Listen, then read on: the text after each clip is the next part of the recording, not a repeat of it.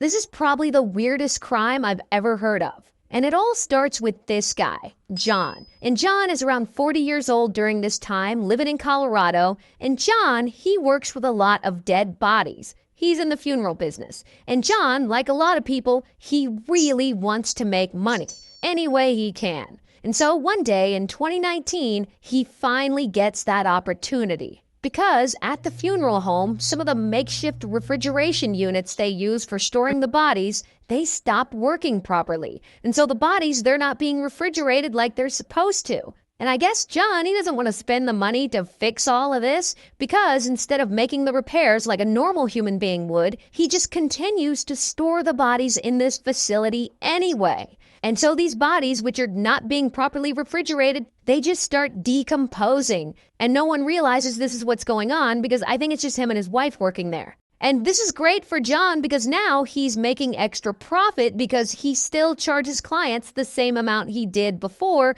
but now he doesn't have to pay for the cost of refrigeration. And he must be saving a ton of money doing this because once he starts doing it and he sees how easy it is to cut corners, he decides, this is great. I think I'll cut even more corners. So he does a complete overhaul and he starts running the whole funeral home differently. Like customers will pay him to cremate or bury their loved ones, and Jon will just straight up not do it because cremation and burial costs him money. So instead, he'll just take the body and store it in the funeral home warehouse to decompose with the others. But he'll tell the family of the deceased that he did properly dispose of the body. So basically, he doesn't dispose of the corpses, he lets them pile up in various states of decay while he pockets the service charges, which is just vile.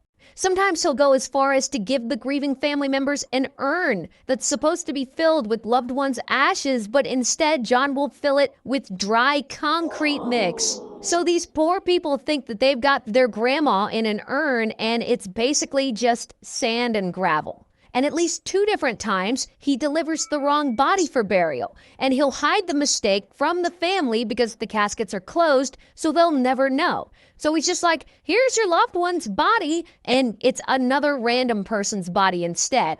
So imagine that you buried your relative and you later find out that you didn't really bury them, that there's actually a completely different person in that grave that you've been visiting. That is all kinds of messed up. But I guess it must be profitable because bro keeps doing it. And he knows what he's doing is bad because he does whatever he can to hide it. Like he blocks out windows and doors to the place so that people can't see in. He restricts access to certain parts of the building. He's always making up bullshit excuses as to why people shouldn't go in.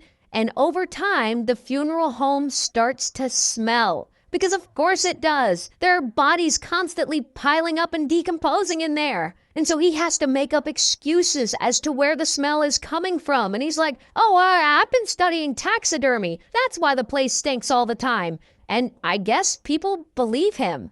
And if you think all that is bad, if you think that this guy can't sink any lower, it gets much worse. Because one day in 2020, kaboom, the COVID-19 pandemic hits and everyone is scrambling and people are out of work and a lot of businesses are suddenly closing down. And in order to prevent a lot of these businesses from closing shop for good and crashing our economy, the U.S. government starts providing emergency financial aid to a lot of these places, aka PPP loans, which were called loans but aren't really meant to be paid back. So if you qualify for the loan, it's kind of like free money. And so Jon decides to take advantage of this and he starts ripping off the U.S. government.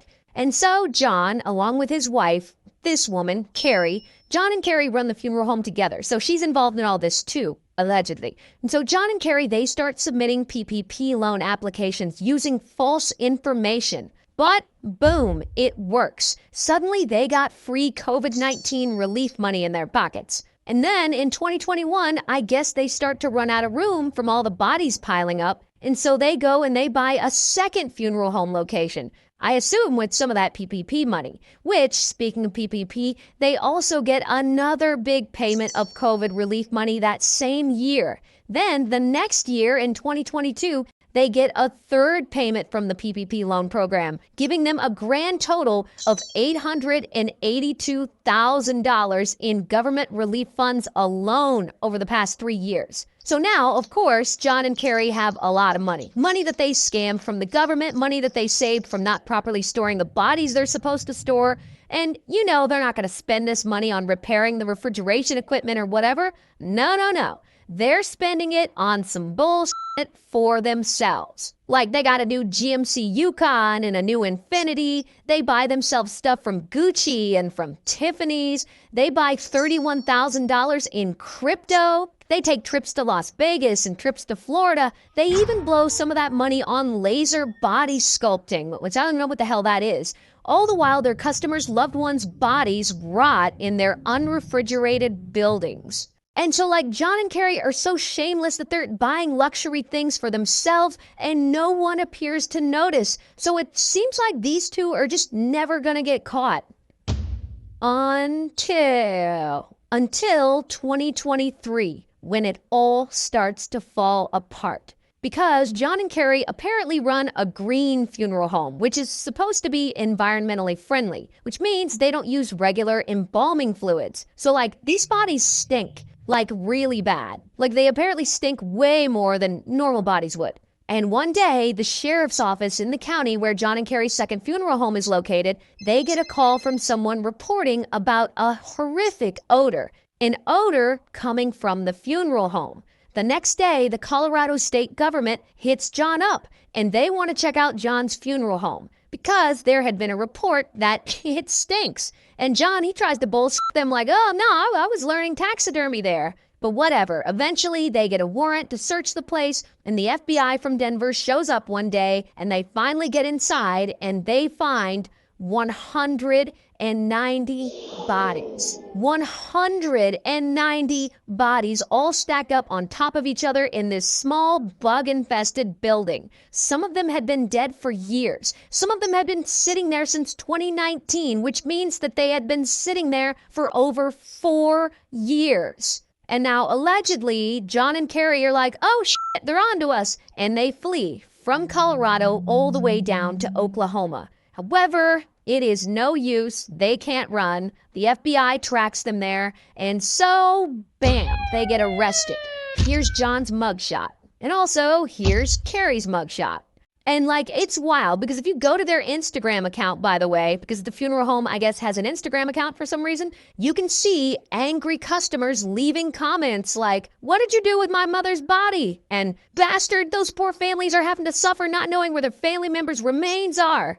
That is crazy. But anyway, in 2024, they get sued in a class action lawsuit and they lose, and they're ordered to pay $950 million to the families that they've wronged. $950 million. They're never going to be able to pay that. While in their criminal trial, which is a separate trial, Jon gets sentenced to 20 years in prison. And as of right now, Carrie has not been sentenced yet.